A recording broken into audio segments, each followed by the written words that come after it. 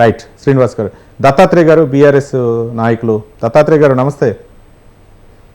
నమస్తే. ఏంటి ఈరోజు జిహెచ్ఎంసీ కౌన్సిల్ సమావేశంలో బీఆర్ఎస్ తీసుకున్నటువంటి స్టాండ్ ఏంటి? ముఖ్యంగా 6 గ్యారెంటీలపై పట్టుపట్టడం, మరోపక్క జిహెచ్ఎంసీలో చాలా సమస్యలు ఉన్నాయి, వాటిపై కూడా చర్చించకుండా ముందుగానే ఈ స్టాండ్ తీసుకోవడానికి గల కారణాలు ఏంటి?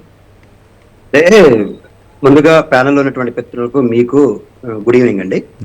వాస్తవానికి ఏంటంటే రవి గారు, తెలంగాణ రాష్ట్రంలో కాంగ్రెస్ పార్టీ అధికారంలోకి వచ్చిన సంవత్సర కాలంగా గ్రేటర్ హైదరాబాద్ పరిధిలో ఉన్నటువంటి అభివృద్ధి మొత్తం కుంటుబట్టింది అనేటువంటిది హైదరాబాద్ ప్రజలు మాట్లాడుతారు.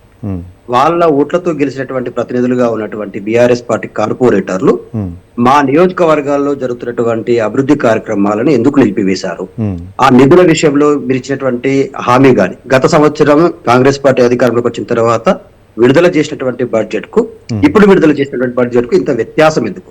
బడ్జెట్ పైన ఖచ్చితంగా చర్చ జరగాలనేటువంటిది బీఆర్ఎస్ కార్పొరేటర్ల యొక్క ప్రధానమైనటువంటి డిమాండ్.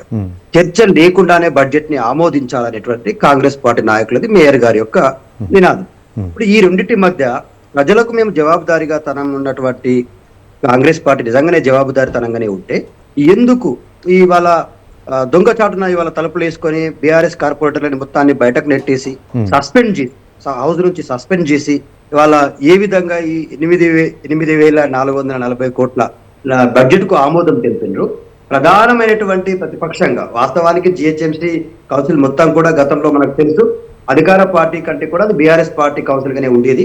కానీ ఏ విధంగా అధికార దుర్వినియోగానికి పాల్పడరు మిగతా అంశాల మీద చర్చించాల్సిన అవసరం ఉంది.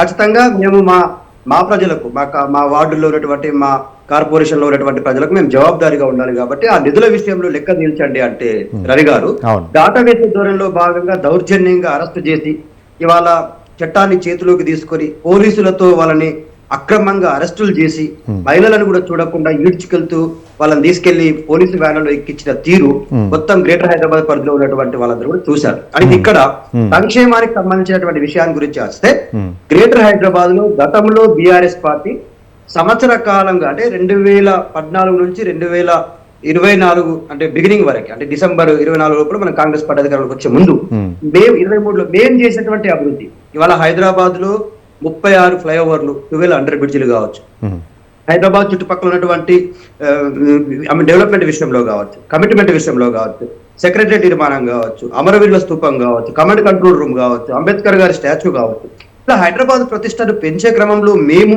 హైదరాబాద్ ట్రాఫిక్ ఫ్రీ నగరంగా, హైదరాబాద్ కు ముఖ్యంగా తాగునీటికి సమస్య ఉండకూడదని చెప్పేసి మల్లన్న సాగర్ నుంచి ఎప్పటికప్పుడు 50 టీఎంసీల నీరు మల్లన్న సాగర్ లో నిల్వ ఉంచుతూ హైదరాబాద్ లో ఉన్నటువంటి పారిశ్రామిక రంగాలకు, ఫార్మా కంపెనీలకు, ఇక్కడ ఉన్నటువంటి ఎవరైతే ప్రజలకు దాదాపుగా 1 కోటి మంది ప్రజల ప్రతినిధులుగా ఇవాళ బీఆర్ఎస్ పార్టీ నాయకులు, హైదరాబాద్ లో దాదాపుగా 1 కోటి పైసలకు జనాభా ఉంటుంది రవి గారు, 1 కోటి మంది ప్రతినిధులుగా బీఆర్ఎస్ పార్టీ నాయకులు మాట్లాడతామంటే మా గొంతు నొక్కేసేటువంటి ప్రయత్నం ఎందుకు చేస్తున్నారు? మేమేం తప్పు చేసినాం? మేము ప్రజాప్రతినిధులం, ఓటుదారు ఎన్నికైన వాళ్ళం, మాకు తెలియకుండా. దత్తాత్రేయ గారు దాదాపు 20 మంది కార్పొరేటర్లు అప్పుడు బీఆర్ఎస్ నుంచి ఇప్పుడు కాంగ్రెస్ లోకి వచ్చారు. మేయర్ కూడా గతంలో బీఆర్ఎస్ నుంచి ఇప్పుడు కాంగ్రెస్ లోకి వచ్చారు, అదే సభ్యులు. కానీ ఏంటి అప్పటికి ఇప్పటికే ఉండి తేడా? ఎప్పటికైనా గుర్తుపెట్టుకోండి, పార్టీల్లో గెలిచినటువంటి వాళ్ళు పార్టీ పరాయింపు చట్టాన్ని గౌరవించకుండా మారినటువంటి వాళ్ళ గురించి కాదు, కానీ ప్రజాప్రతినిధులుగా ప్రజలకు గౌరవిస్తూ, ఓటుకు గౌరవిస్తూ, ఓటేసినటువంటి ప్రజల తరపున మాట్లాడేటువంటి హక్కు ప్రతి కార్పొరేటర్ కు ఉంటది. ఎందుకంటే గెలిపించినటువంటి ప్రజల తరపున వాళ్ళ అవసరాలు తీర్చాల్సిన అవసరం ఉంది కదా. ఇవాళ హైదరాబాద్ లో ఎందుకు నీటి ఎద్దడి? కేసీఆర్ గారి ప్రభుత్వం పోగానే కరెంటు స్విచ్ బంద్ చేసినట్టుగా హైదరాబాద్ లో ఎందుకు తాగునీటి సమస్య ఏర్పడుతుంది? గతంలో కేసీఆర్ ప్రభుత్వం 200 లీటర్ల వాటర్ తాగడానికి ఉచితంగా ఇస్తే ఇవాళ వాటికి బిల్లులు పంపిస్తా ఉంది కాంగ్రెస్ పార్టీ. ఎందుకు బిల్లులు పంపిస్తా ఉన్నారు? పేద ప్రజల మీద ఎందుకు భారం వేస్తున్నారు అని అడిగితే ఇవాళ హౌస్ నుంచి బయటకు పంపించే ప్రయత్నం చేస్తున్నారు. ఉచిత విద్యుత్ అన్నారు రవి గారు, 200 యూనిట్ల ఉచిత విద్యుత్ ఇస్తామన్నారు. ఎవరికి ఇచ్చిండ్రండి? అప్లికేషన్లు తీసుకోవడం తప్ప ఏం లేదు. అదే 6 గ్యారెంటీల మీద అడిగే ప్రయత్నం చేస్తే గొంతు నొక్కే ప్రయత్నం చేస్తూ అరెస్టులు చేస్తున్నది, ఎంత దిగజారుడు రాజకీయాలు చేస్తున్నదంటే కాంగ్రెస్ పార్టీ నిజంగా చాలా బాధ అనిపిస్తుంది రవి గారు. రైట్.